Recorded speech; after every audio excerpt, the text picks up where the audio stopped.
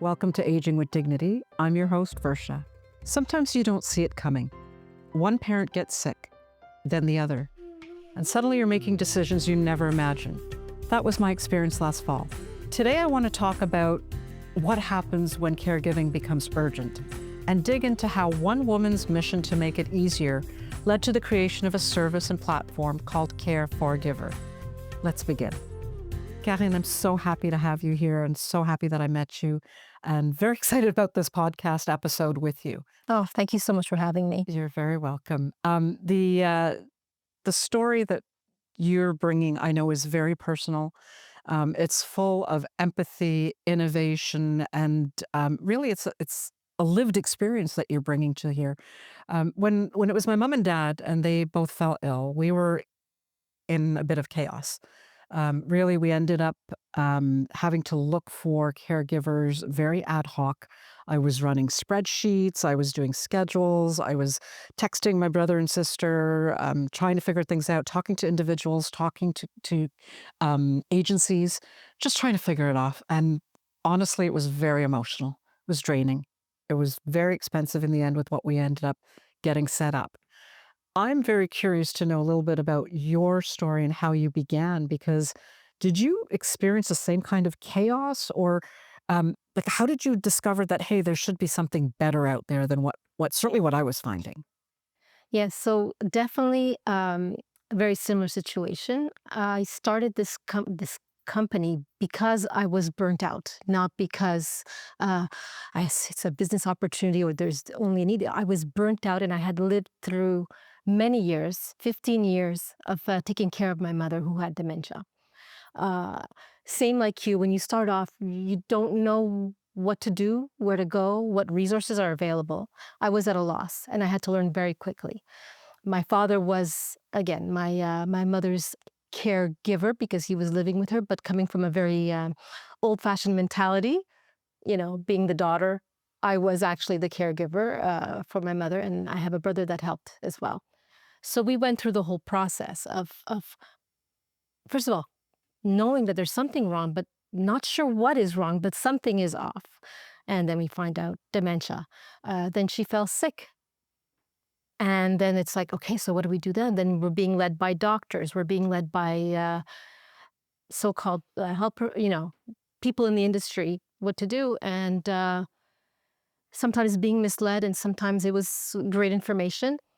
And I had young children at the time, so I'm part of that sandwich generation. And I was working. So I was in between my job, those 2 a.m. calls from my parents, and my children and a family. And I burnt out. And I learned a lot along the way. And thankfully, I have a supportive family. And I was able to, like, once all this was said and done, to sit there and think about this and say, okay, how do we make this better? Because I'm not alone. People go through this. We're all going to go through this. If we're lucky enough, we're going to go through this. Yeah. Because I talk to people who complain all the time about the aches and pains, and I'm like, you know what? If we're lucky enough, we're here to complain. yes, And similarly, as our parents age, that is, if we're lucky enough, you're very right, because we get so much joy in those extra years that we've got together. But was there a spark or something that said, let's figure out a business around this as opposed to just making it better for you and your family? well, it was really because I recall I was with a social worker, nice person. However, I became afraid to open up to him about the issues I had, because the first time I did was, well, if it gets any worse, we're going to have to place your mother and separate my parents who've been married for over 50, 60 years. And that just threw me up. I was like, there's no way. So I would keep my mouth shut and keep going and doing as much as I could.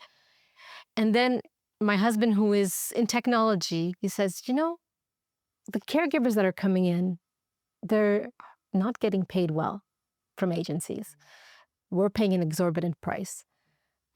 How do we make this better? So we just sat there after all was said and done and decided, okay, what if we automate certain things so we don't have the overhead? We don't have all these, extra costs, and we give those savings down to the clients who need the help. So they're not sitting and saying, I need 6 hours, but I can only afford 3. Yeah.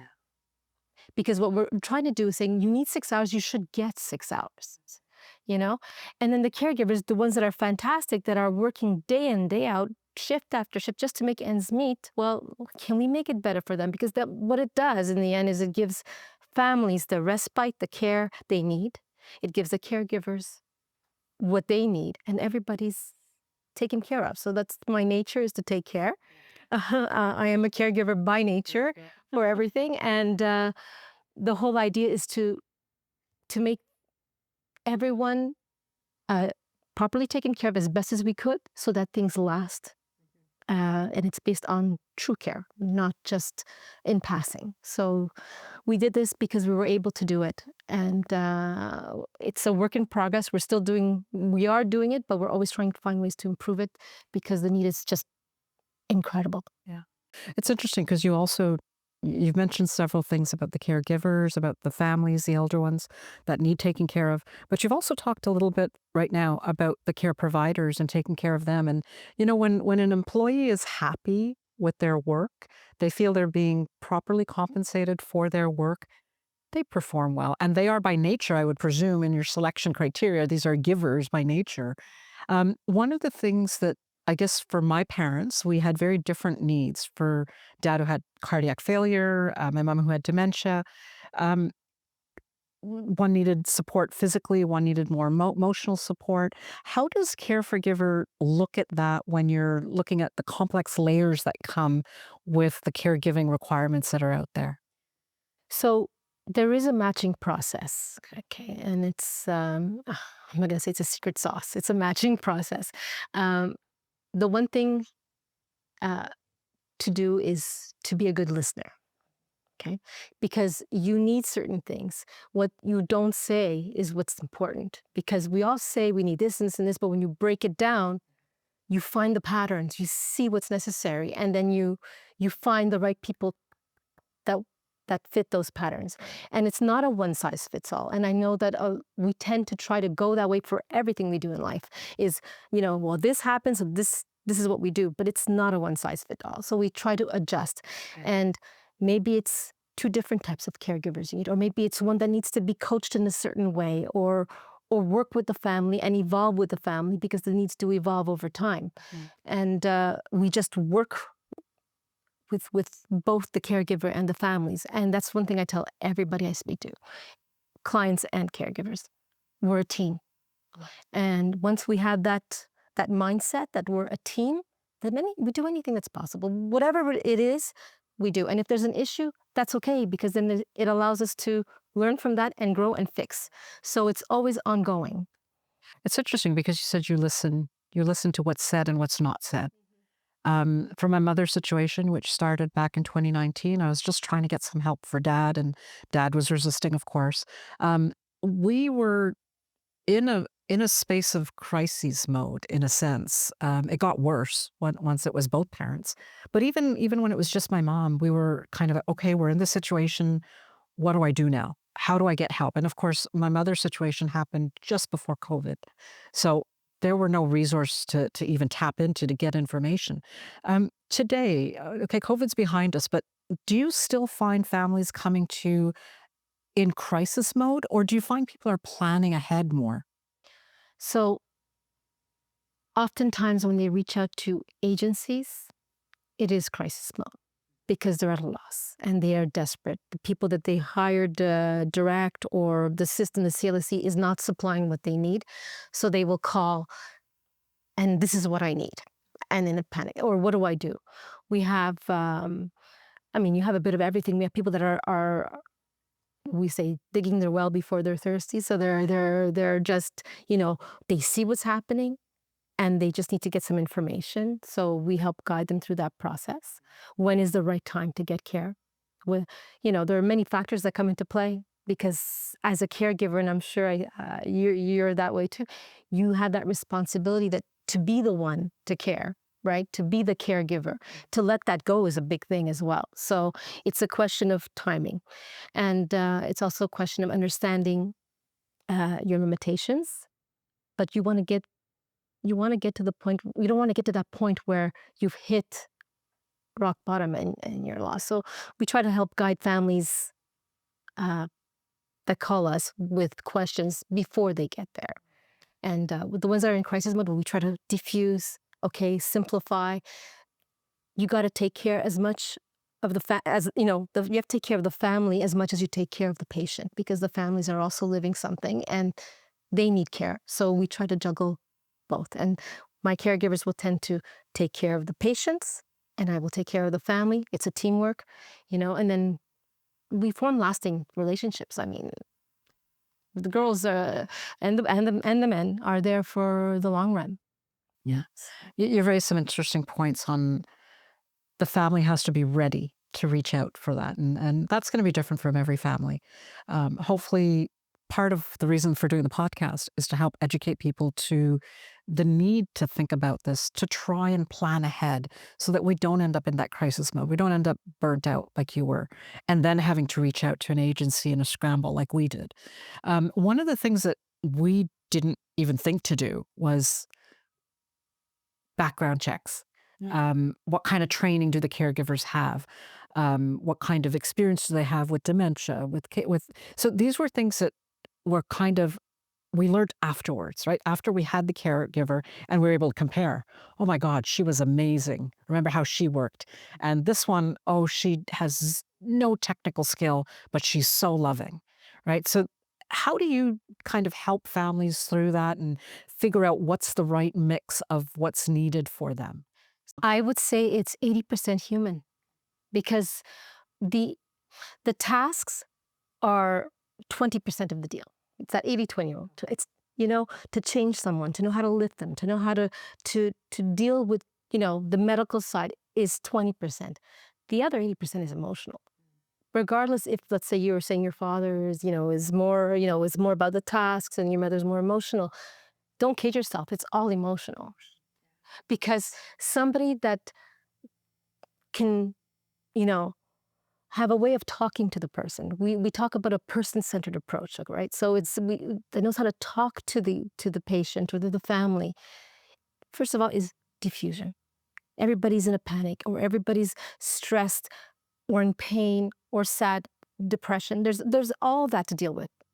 That's the first step, because if you get to that mindset, then everything else will flow, and the task can be done. You can train somebody to change, Yeah, absolutely. Absolutely. but you can't train somebody Have to- to hold their hand and saying, "Are you okay today? Exactly. I missed you. How are you?" Yeah. You know. Very- So it's the human side, the emotional side for me, is the 80% to address, and it's the hardest part. And I think that's why people have trouble finding good caregivers, because they're all looking at a checklist. Boom, boom, boom. The checklist is only good for part. The bigger picture is the human side, and background checks have to be done. I mean, you don't let a stranger in, to take care of your children. You don't let them take care of your parents, a vulnerable senior. So the agency, Care for Giver, takes care of that. Yes, Okay. we take care of it, and because we have a large database, I mean, I have well over 600 people on my platform As care providers. as care providers. They range from companions to nurses. Covering Greater Montreal? Yeah. That's impressive. Montreal. So obviously they're not all like checked, but when we find a match, then we go Go through, we make go sure. down to those Yes, checklists. absolutely. Let's see first of all if you're the right person, and then okay, background check. What do you have? What don't you have? We go through the whole picture, and the families are informed. So what do families not know about care providers? What do they not understand about bringing a care provider in? And maybe another way of looking at it is, what do care providers wish families knew about their role, their job, their focus in coming into the home? So the key thing on both sides, okay, is to manage expectations. That's what it is, because everyone is different. Everybody's needs are different on both sides of the coin. So it's really managing expectations, having that clear discussion. What do you need? What can you provide? And then that way there's no, oh, well, I thought she was going to, scrub my bathroom floors and she's not doing it. Right. But if you're hiring a nurse because you need a nurse to take care of certain things, she may not want to scrub your bathroom floors, or maybe some of them say, you know what?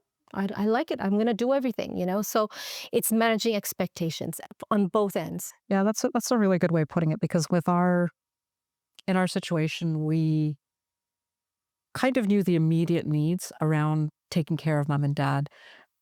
But because my father wasn't taking care of mom and wasn't active in the home, and eventually my sister had to go back home, I had to go back to my home, there were things that need to be done here. So I would do the cooking and bring stuff over. If they were warming it up and feeding my parents, then I needed to know they can clean up the dishes in the kitchen, right? Yes. So we actually went through and made a list of what the requirements would be. So everybody understood that these are the roles and accept it or don't, right? So you can choose that, hey, I don't want to do the dishes. And then you tell us that. And then we would decide, okay, that works for us or it doesn't. Right. So if I was living here for a short while or my sister was visiting here, we could do the dishes. Not a problem. We could scrub the floor. No problem. But if it was only the caregivers, as it was for my mom in the last several months, I needed them to step up a little bit more on maintaining the place that they were spending time 24/7. Right. So you touched on something kind of a little bit earlier at the start where I want to dig a little further. So, especially in those of us who are immigrants here, or our parents came as immigrants, we're first generation born. How does culture, language, even gender play into the selection and the dynamics of care providers with the families? So definitely culture, language, those are huge. I'm not going to say challenges, but they are, in the sense that we're in a society where we have lots of immigrants from all over the world. Our aging population, the older generation, sometimes don't speak English or French. Um, we we do our because we have such a large pool of people to deal with. Okay, and we look at all these things. We try to match with, for language, for instance, or culture, religious beliefs. We try to match the best we could with our patients. However, I'll say something very interesting that I learned recently. And we had a lady who did not speak English or French. Okay. And absolutely, the family goes, oh, no, no, they have to be able to speak our language. I said, okay, but we were stuck. It happens. And but we found somebody. Said, listen, just send this person in and let's see how it goes. And lo and behold, best of friends. Ah, They were surprised. The family was surprised. They found it amusing. The mother found it amusing to try and communicate with this person. So it became a whole big mindset. it became almost like a joke. They were laughing. Did you say this? Oh, and then she would learn a couple of words in their language, and then oh, that was the big kicker, and they would laugh, and it became a different level of care Yes. that we didn't expect. It was nice because it was the right personality Yeah. and knew how to get to the woman, and they The right communicated. personality match because the client was also of the right personality to match. But it was surprising because when you're dealing with dementia patients, sometimes they can they have Yeah, bad days. you get quite a spectrum of emotions with that. But knowing how to laugh it off and deal with it or change the way they think, that's the one thing I'd like to say for anybody that's dealing with a dementia patient. Like the beauty of the disease is they forget. And that is something that we worked, to our advantage because if they're in a bad mood, you can find a way to make them forget it. Yeah. Whereas if you have all your mind, Yeah. and you're angry, I'm still angry, still angry. you're still angry, but you can divert their attention. We had one that was, oh my God, she was uh not physically aggressive, but verbally aggressive. And you get somebody to go in there and joke with her and saying, really, and then teasing her, and all of a sudden she would start laughing and she completely forgot what she was angry about. That's lovely. You know, Because you want your parents to be happy, not angry. You want them to be relaxed. You don't want them to be stressed about somebody coming in. So the emotional side is the key.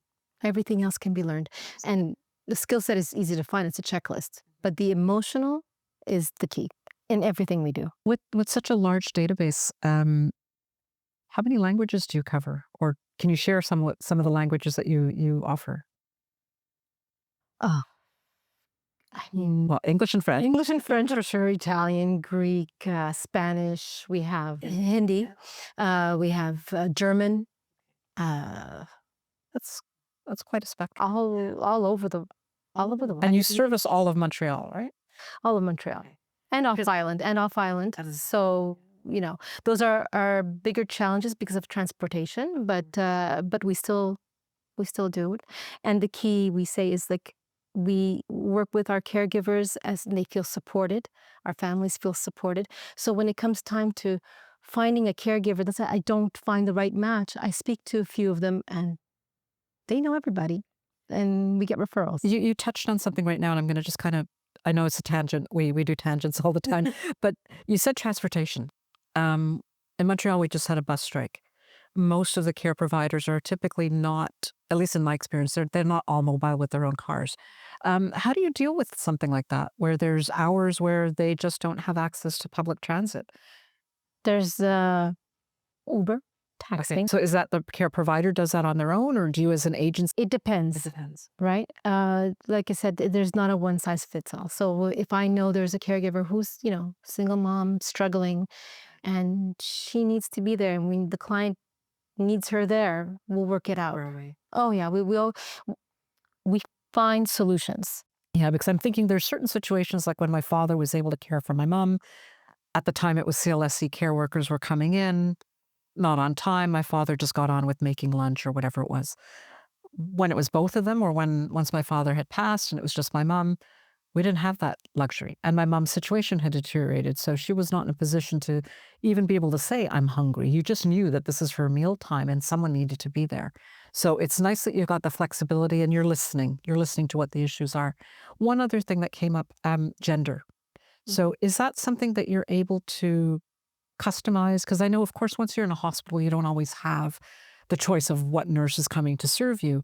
But at home, and when you're going the private route, you would hope that you have the choice of a male or female, and especially in some of the cultures, the traditional approach, you don't want necessarily a male or female caregiver for a certain situation. So absolutely, you have the choice. It's your home. Yeah. You decide, right? The way we do it is I will ask, uh, is there a preference? Is it just a preference or is it a necessity? Right. And then we come up with a list of caregivers, and the family gets to meet them before and decide. I you know I like this person not so much the warm and fuzzies, and so they get to meet whoever is a potential caregiver for them. So we do a meeting. There's no random person going in. Like that to me is just, I would never accept that from my parents. Right. And it's happened. And I would not do that unless we're in a tough situation. But then again, I speak to the family. This is what the situation is. Is this okay or is this not okay? Right.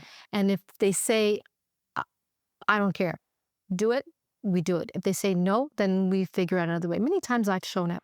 I have shown up because, it was, they needed somebody there. There was an issue and said, you know what? I'm going to go. I'll be there for the first 2 hours to make sure everything is smooth. We just You're invested in your business. You're not an administrator. no, and it's in my business, but it's also, maybe it's a bit too much, but I take it to heart. Yeah. We're caring for people. It's a field where we have to operate from the heart, honestly. It's. I have a client. I call her a client. She's like, I think she thinks I'm her daughter now. Her family's out of town, and things happened, and she ended up in the hospital.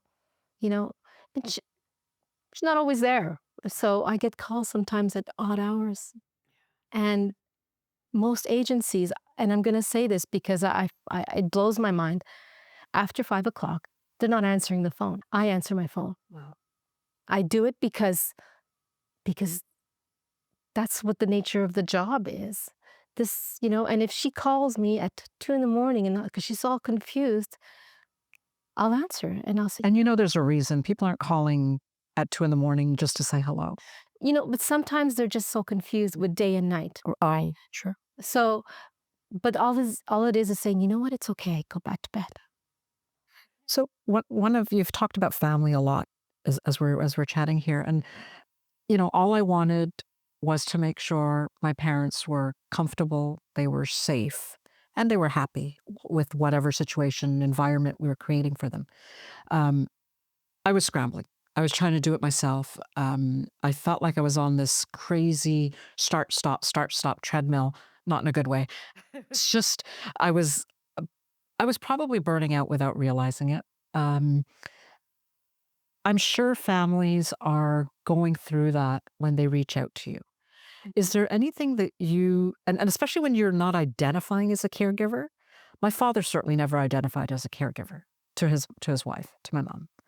Um, I did towards the end when I started researching because I serve with certain boards and I was coming across this concept of caregivers and care providers and learning alongside. And I started to realize that yes, I'm a caregiver, though I don't live here with my parents. I have my own home. So, um, I- is there an emotional toll that hits the families when you enter into their lives? And how do you address that? Because that's a much bigger picture than just the clients that you're taking on. Right.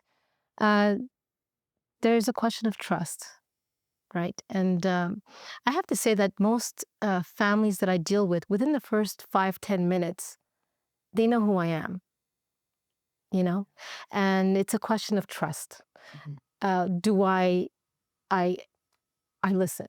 Yeah. I listen to what, I read in between the lines. I help guide them. And sometimes the best solution is not me. And I'll tell them that. I say, you know what?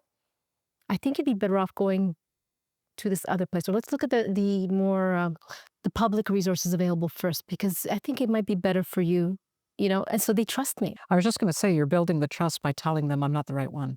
So when it is the right time, Yeah. they will come back to you. And if they don't, it's because they had the right solution, and that's okay too. I mean, it is about the well-being of everyone, of the people, and yes, an agency, it's a business, but in the end, it's about the well-being of people. That's what we have to do, and the well-being cannot be, well, on my terms, Yeah. right? Because then that's one-sided. So, many times the people call, they're in a panic, and then after they talk to me, they're like, "Oh, okay, I know what to do. I feel so relieved, but you go, I feel bad. I didn't, I don't really need you right now." Perfect. You did your job. Great. Uh, Go on. So one of the things, especially I'm not in our cultures, um, when we make the decision to bring in help from outside, it's often embedded in guilt, a sense of shame. Um, I know I felt it. There's resistance. I know my father resisted in the beginning. You must be coming across that. But do you ever support the families through that process, even if it's pointing them in the direction of other resources for that? Sure, of course, because like I said, we take care of the families as well. Yeah. Um, there is the caregiver's guilt, right? The natural caregiver's guilt. As a daughter, I'm sure you felt it, where you know best. You know how to read them. You know when your mom does the what that means. Yeah.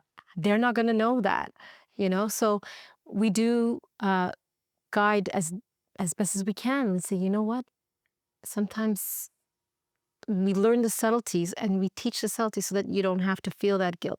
And also, guilt is a cultural thing, I think. Yeah, I think it is, and in fact, we're doing an episode on this a little bit later because it is I'm just finding it so prevalent. Yeah, I felt guilt. I think every person I've spoken to that has had any degree of caregiving in their life where they've been offering it, there's a sense of guilt. Oh, sure. Um, and so that's another I hope you'll listen to the episode when we Definitely do it. will. I'll relate to that. Um, I felt a lot of guilt Yeah. when I had to let go of the reins and get help for my mom and my dad, mostly for my mom. And the only thing is you can do is provide resources, a listening ear, and gentle guidance. You can't tell somebody, well, you shouldn't feel guilty. Well, it's normal. Yeah. And that's why these sessions where people go for like either group sessions or support groups, it's normal Yeah. to feel like, oh, you too, you feel that. I'm okay, you know? And, I mean, through social media, there's all kinds of support groups as well, and that helps. That's why those groups grow because Yeah. there's a connected we all have something in common. We're all burnt out, we're all at a loss, we're all feeling guilty. So just human connection is key. See. Looking at the care providers, they get involved with very intimate work with the clients. Do you see deep bonds forming between your providers and the families? And Oh, yes. yeah, does that ever become a problem? Like, is it ever the opposite, where it becomes like they lose their sense of judgment because they become so partnered with the family? That is such an interesting question, okay? It's so interesting because, I have one in mind right now, and we've been taking care of this woman over a year, okay? When I say the caregivers are involved in her life, I can't even it's an understatement. They love this woman, they do everything for this woman, and when it becomes a problem is when they think that their judgment, Right. it takes precedence.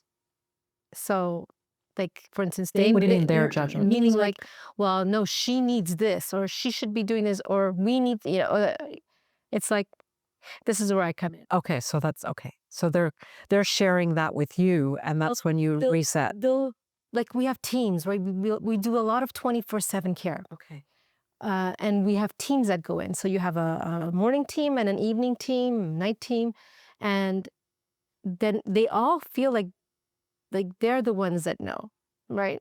But then so there's sometimes there's conflict. Well, no, we should be doing this, or don't feed her that, and let's get like we all have to take a breather. This is where I come in, and this is where I think it's overwhelming for families that go direct with caregivers because you have to be that person. To step in between as well. Right now, it's me, so I will step in. Sometimes the family doesn't even realize what's going on, and I'll go in and say, "Okay, we're going for lunch." Okay. But we also have to say that they feel that way because they are so emotionally attached, Course. which is a good thing too. Yeah.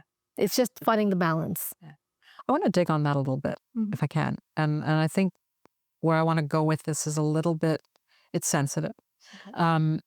How do you alleviate families that are concerned, especially you touched on it with families that are abroad, like, I mean, not local, they could be in another province, which is very typical now, right? Children grow up, they move on, jobs, partners, whatever. Um, if there's a concern about abuse, if there's a concern about exploitation or neglect by the care providers, how do you help alleviate any concerns that family have, whether it's before they engage with you that you can put them at ease, or when it's actually happening, or they suspect it's happening?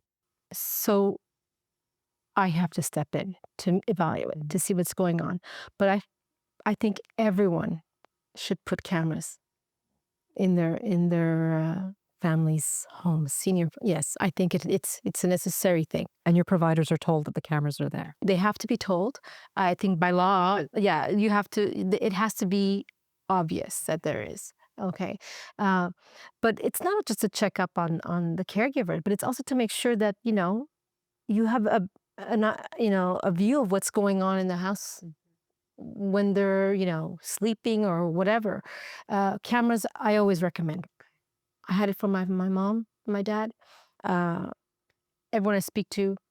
Yeah, we had it too. Yeah, I think it's an easy one to install. Now you don't need to do much. You just plug it in and why not? You know? So that's number one, because you need to have uh, also proof if something is going on, right? But it also, the way we see it, and we always talk about that with the caregivers, it protects them as well. Because there have been situations that I've heard of where um, there was a bruise, let's say, on a gentleman, and all of a sudden it was, well, that caregiver did this and did that. Let's take a look at the camera. Okay. And it wasn't. Okay. So it serves a dual purpose. It protects the families, the loved one, but also the caregivers. And most of them understand. And if you don't understand it, then there's a problem there, right? If somebody tells me, oh, I don't want to work in a house where there's a camera, I think I'm going to have to question this person a little, Yeah. should they even be there? I'm just thinking, you touched earlier about sometimes you work with the CLSCs. I'm going back a couple of questions you said. One of the things, so we need a 24/7 care, um, not cheap, Yeah. right? Providing that for two parents.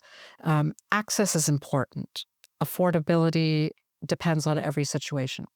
What do you say to families that need the care, but you feel that they're really priced out of the private care market?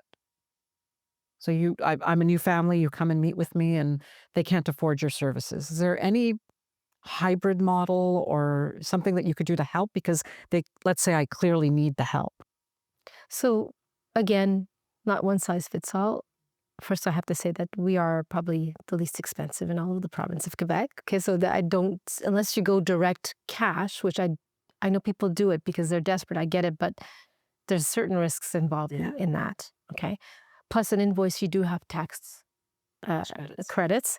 Uh, there are, subsidies and grants that we have to look at to try and help alleviate some of the costs.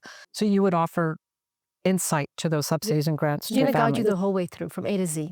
Uh, we dealt with the CLSC. I know it's very tough now because there are a lot of cutbacks. So they cut back hours where it is needed, which is very sad, but we still advocate. There's a way to go about it to try and push the pendulum more on your side to get to the services you need. So we push with the CLSC. There's the chèque emploi hours, I'm sure you know, which is the subsidy.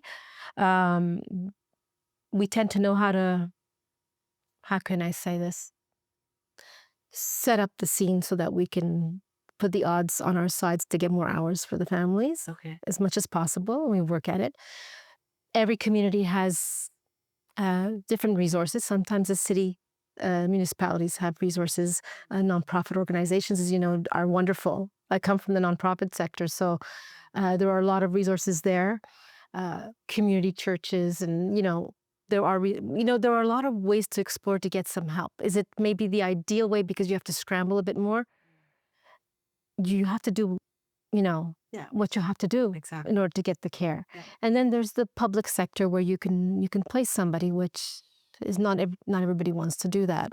No, but you'd be able to point a family in that direction if that was. Yes, I can help a system. The advantage of whether you want to go to a CHSLD or a private residence is that we often work behind the scenes. So we're in those places hard privately to help people support the care.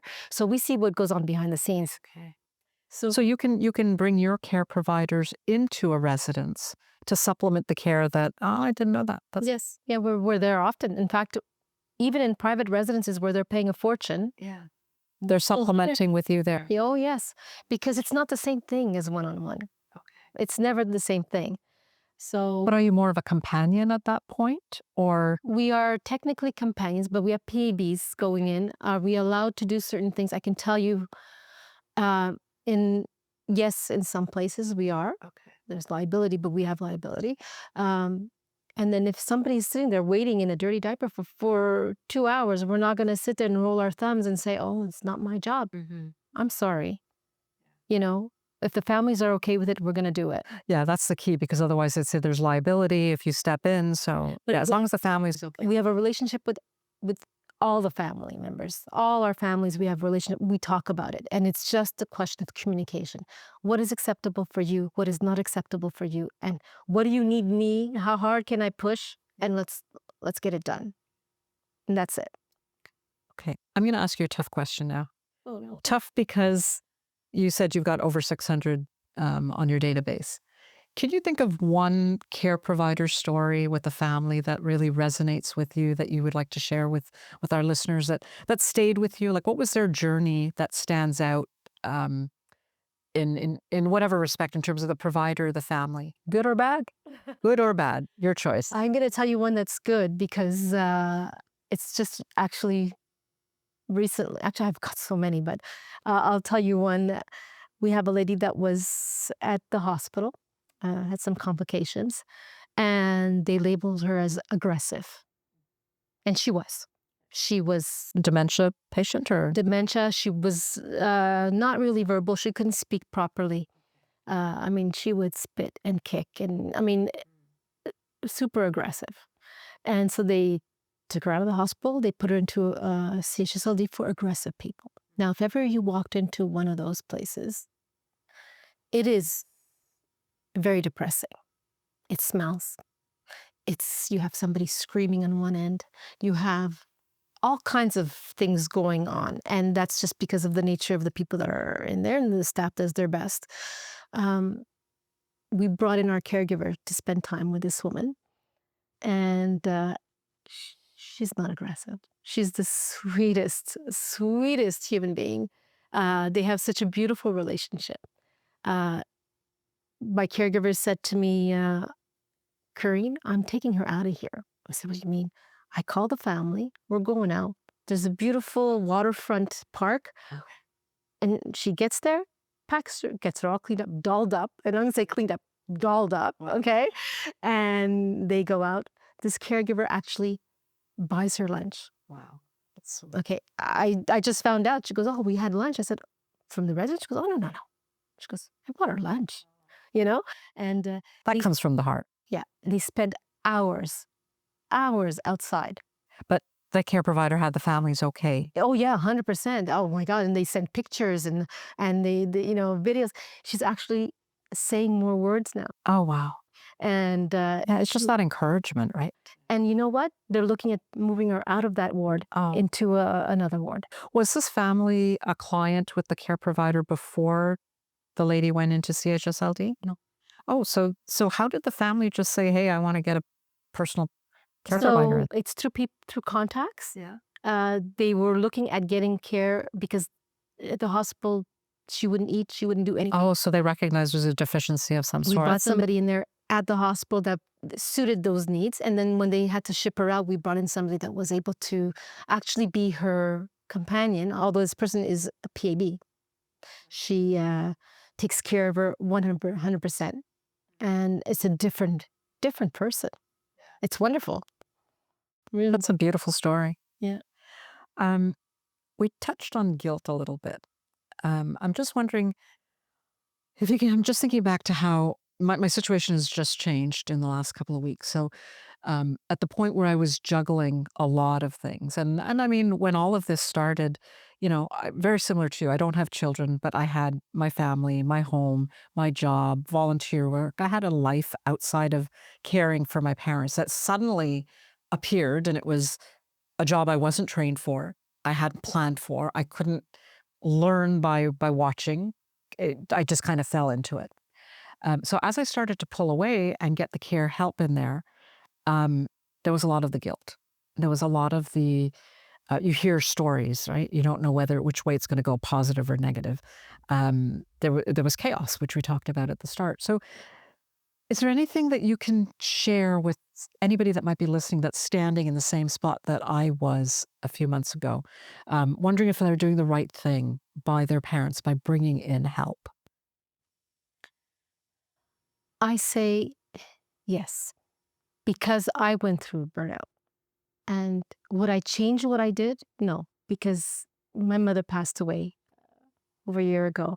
And I feel grateful that I had the time to take care of her. But I'm also even more grateful at the end when somebody was taking care of her and all I had to do was be with her. I can't buy back that time, you know? So if you're in, I'd say before it's chaos, while you can still enjoy the company of your family, your parents, I would get the help before chaos. But if you're in chaos, it's not too late. Do it so that the time you have is actually good quality time. Because when you're in that situation, what are you thinking? What do they need? Oh, the food, oh, this, and the cleaning, oh, that, and the appointments. You're all over the place. You don't sit back and appreciate the moments you have. You're right. And the moments I remember the most about my mother is just sitting there, holding her hand. I'm not going to cry, but having somebody else take care of all that. But I was just sitting there with her and just saying, I love you. Yeah. So I was, you're going to make me cry. I was very fortunate with my father as well, that we got the time to be father and daughter. We had some care providers in, But I got that time, and it was a nurse who pointed that out to me. The palliative nurse who said, Versha, you've got care providers in here. Just let them do what they've got to do and be his daughter. And yeah, you don't want to stop, but you want to be there because those are the points that we take forward with us. We don't remember the diaper changes and cleaning the laundry and doing the dishes and everything, right? So That's not, it's not important in the grand scheme of things. No. And if you really want to take the care properly, you want to give them that because that's what they want. exactly. They don't care if the dishes are in the sink. They care if you're there beside them. And that's what I'm going to tell everybody. If you're in that situation, the guilt, the real guilt is in not spending the time Yeah. with the person, not about making sure that everything is done in the house. Who cares? I am so, so pleased that you came here. And I'm sorry I made you cry. You should be sorry you made me cry. It's good crying. It's good It's good crying. tears. It's It is. It's yeah. because we were loved and we loved them. I also want to. It's a bit off topic, but I really want to take the opportunity to say this. Is when you're with your parent, there's the sundowning to look at. Yeah. Okay, so if they start to change their behavior at a certain time every day, there's a pattern. It's sundowning, and just knowing that helps you understand how to handle that. And another thing is when I know with my family, it was like with my mom, I said, "Well, don't you remember? How come you're not doing this? Why don't you stop all that? Stop it." They don't remember. I had written something a long time ago, and it had to do with my experience with my mom. And it's something that stayed with me. And I always tell people, you have to remember when you're dealing with somebody that's losing their memory, who has a cognitive disorder, that you can't teach them. They are unlearning. So it's not a child. Don't say they're like children because children are learning. You show them something, they learn it. They will never learn. They're unlearning. So when you're dealing with them, appointments, getting dressed, brushing teeth, don't tell them, do you remember? Why don't you do this? Well, what do you mean? What are you doing? They don't know. You'll feel less guilt. Yeah. I remember eating, with the wrong utensils. Mm.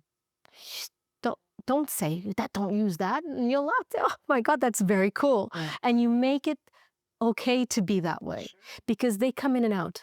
Yeah. And when they come in and they see what and they realize, oh my God, they they feel bad. They feel bad. You don't want them to feel bad. You want them to feel like it's okay. Yes, it's a disease. You have the luxury of forgetting the things we all want to forget, you know? And you have the luxury of being happy on the spur of the moment when something happens. I mean, it's in a way, it's kind of a gift. In a sense, In a- if you look at it that way. If you look at it that way. It's a terrible disease, but there's ways to look at it to say, you know what, you still have these pleasant things that, you know, you can live with them. My mother was, she used to forget things, and you know what? In the end, it was kind of funny because I'd laugh with her and say that was silly, but it's okay. It's okay. One of the things, and I was with friends, and I noticed that their parents were had dementia, and they would repeat, repeat, repeat, and I would just answer them the same way every time. And I remember them commenting, "How can you do that?" I said, "Because it's not about my answer. You have to remember from their perspective, they're asking it for the very first time every single time, Yes. right? So just answer back the way you would and let it go. Right? You're not having a conversation. You're answering their question, putting their mind at rest on whatever that was, then you move on to the next thing. You know, It is tiring though. it is And when you're living it. as daughters or sons not in the house, you can probably do that a bit better. As a spouse living with Yes, that's someone, very different. that's very difficult. And I often say, when you've got a spouse taking care of another, watch out for the one that's taking care. Always. That's the one I've heard so many times anecdotally that it's the caregiving spouse that will pass before, especially in cases of dementia, because You can live easily 10, 15, 20 years with dementia. Kathleen, thank you so much for coming, sharing so openly and wholeheartedly your stories. I treasure it. I hope our listeners have learned. I know they will have learned from this conversation. So thank you. Thank you so much. Thank you. Appreciate it. Today's conversation hits close to home. Like so many others, I first really stepped into the caregiving world not by choice, but by circumstance. Supporting dad in his caregiving to mom, then to dad himself through his health challenges alongside mom with her growing loss of independence. This conversation today reminds me that while systems and structures matter, so much caregiving happens in those in between moments. Trust built over time, kindness offered without being asked, and the quiet strength of people who do this work every single day. As always, thank you for listening. Remember, we've set out resources and an action item list in the Aging with Dignity Care Toolkit for this episode. It's a free resource we've created to help you organize your key documents, plan conversations, and understand the options like the ones we've discussed today. If this episode resonated with you, please share it with someone who's walking a similar path. And if you haven't already, subscribe to Aging with Dignity wherever you get your podcasts. Everything you've heard today, just real talk. It's just our personal stories, experiences, and honest opinions. This podcast isn't providing legal, medical, financial, or therapeutic advice. And no, listening doesn't make me or my guests your lawyer, doctor, financial advisor, or therapist. The guests and I are here to share stories, spark ideas, and hopefully give you something to think about. When it comes to the big decisions, make sure you do your homework or check in with the experts who know your situation best. We're here to keep the conversation going. You're the one in the driver's seat. In the next episode, I'll be joined by Marianne Simoneau of Nova Home Care. Please join me each week for new insights into aging with dignity. Until next time, reminding us all to age gracefully and live vibrantly.